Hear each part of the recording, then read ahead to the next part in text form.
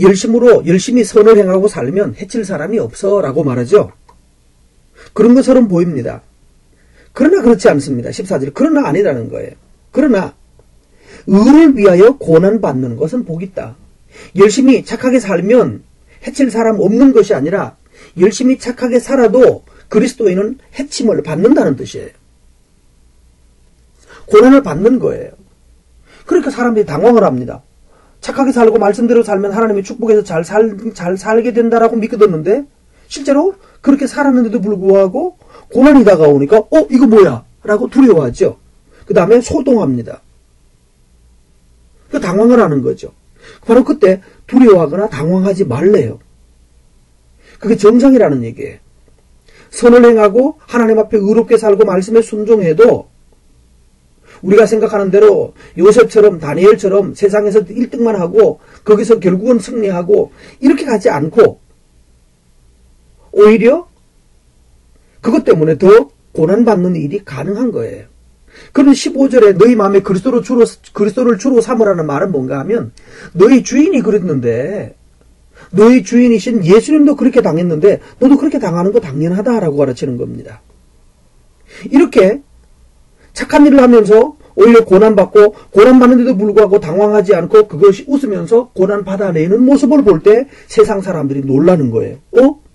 너희들은 도대체 무슨 이유 때문에 이렇게 바보같이 사느냐? 예수 믿는 사람은 왜 이렇게 바보냐? 근데 만나보면 바보가 아니거든요. 그건 이상하다는 거예요. 뭐가 얘들은 다른 차원의 삶이 있구나 라고 하는 것을 깨달아서 알게 될 때 그들이 뭡니까? 너희들 도대체 뭘 믿고 그러니? 이렇게 묻는 거예요. 그게 바로 소망에 관한 이유를 묻는다는 거예요. 너 뭔가 딴 걸 바라는 게 있구나. 다른 거 바라는 게 있구나. 그러면서 다른 소망이 있는 것을 세상 사람들이 감지를 하고 도대체 뭐냐? 뭐 때문에 이렇게 사느냐? 뭐 때문에 이런 어려움을 당하면서도 기뻐하느냐라고 물어올 것이라는 거예요. 최소한 여러분 불신자들이 넌 좀 바보 같아. 근데 너 뭐 때문에 이렇게 이렇게 행동하니라고 물어오는 사람이 최소한 그리스도인으로서 정상인 거예요. 그러지 않고 어머 부러워 라고 세상 사람들이 부러워한다면 우리가 그리스도인으로 살고 있지 않고 오히려 세상의 가치를 더 앞질러 가고 있다는 것을 의미할 수도 있습니다. 뭔가 잘못됐다는 얘기겠죠. 그래서 16절 말씀에 보면 선한 양심을 가져라. 예수님과 같은 마음을 가지라. 이는 그리스도 안에 있는 너희의 선행을 욕하는 자들로 그 비방하는 일에 부끄러움을 당하게.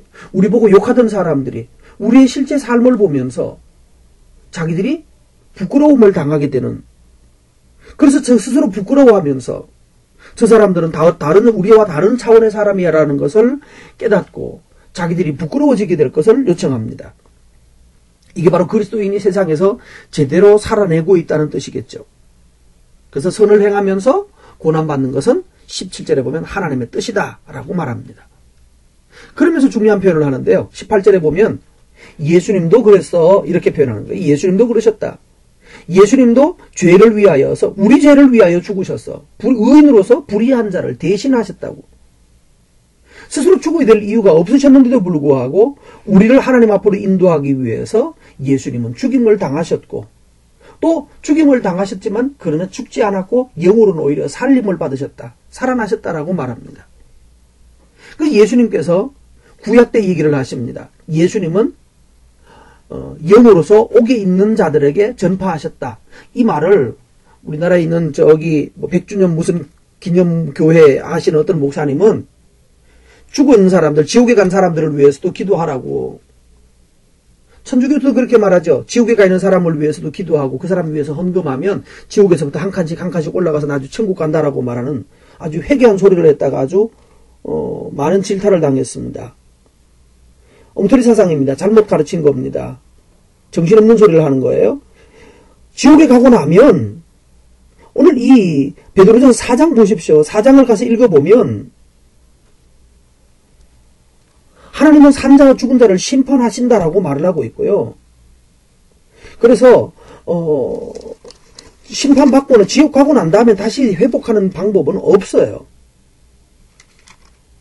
이 말이 무슨 말인가 하면 예수님께서도 가만히 계신 게 아니에요. 구약의 노아가 복음 전할 때 노아가 그들 가운데 전하고 있을 때 예수님께서 노아를 통하여서 예수의 영이 노아를 통하여서 그 당시 사람들에게 의를 전했다는 거예요.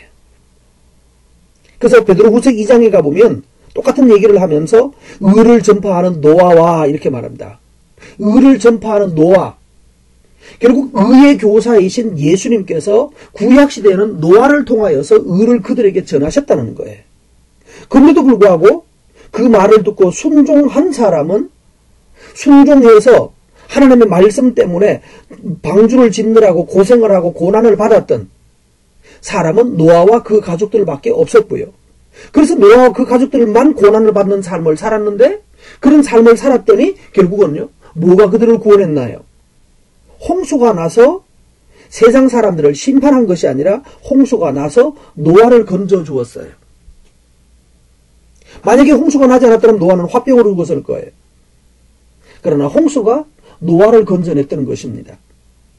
이걸 다시 우리 삶으로 돌아와서 얘기하면 고난받는 그리스도인들에게 심판이 없다면 평생 고난만 받다가 나중에 화병으로 죽을 거예요. 미쳐버릴 거예요.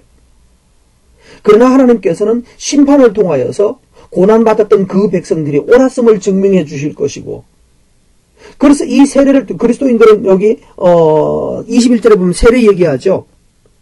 바로 그 물이 곧 요즘 와서는 세례라는 거예요. 우리가 세례받는 것은 뭘 의미하는가 하면 죄에 대하여서 나는 죽겠다는 것이 바로 세례죠. 죄 짓고 싶은 마음, 죄에 대하여서는 죽어버리고 이제는 하나님 앞에 대해서 선한 양심이 하나님을 향하여 나가겠다라고 하는 것이 바로 세례받는 거예요. 오늘 여러분 세례받으신 분들은 바로 죄에 대하여서 죽는 고난을 받으셔야 합니다. 죄 짓지 않고 살기 위해서 죄를 포기하고 의를 하나님을 따라가기 위해서 고난받는 일들을 자발적으로 당하시는 것 바로 그것이 세례받은 사람들입니다. 세례받았다고 죄가 씻어지는 게 아니라고 말을 했죠. 육체의 더러운 게 제하여 버리는 것이 아니라 선한 양심이 하나님께로 가겠다는 새로운 소망의 시작인 거예요. 그렇기 때문에 세상에 대해서는 세례받은 사람은 계속 고난의 죽음을 당하는 것입니다. 그럴 때 우리가 세상에 대하여 죄에 대하여 죽은 그것이 바로 우리가 구원받은 증거이고 우리 속에 구원이 일어나는 증거의 모습입니다. 그러므로 다시 13절에 말하는 결론은 다시 말하는 겁니다. 열심으로 선을 행하면서도 고난을 받아라. 그게 하나님의 뜻이다 라고 말했습니다. 저와 여러분 선을 행하면서도 고난받으면서 기쁘게 고난받으십시다. 이것이 하나님의 뜻이고 이것을 통하여서 우리가 이 세상에 대해서 메시지를 전하는 것입니다. 우리가 세상에서 1등만 해서 세상 사람이 우리를 존경하지 않습니다. 다니엘처럼 돼서 하나님의 영광을 돌리는 것이 아닙니다. 고난받음을 통하여서 하나님의 영광이 드러나고 우리가 다른 차원의 삶을 사는 것을 통하여서 세상 사람 이 질문을 꼭 받고 사는 우리들이 되기를 원합니다.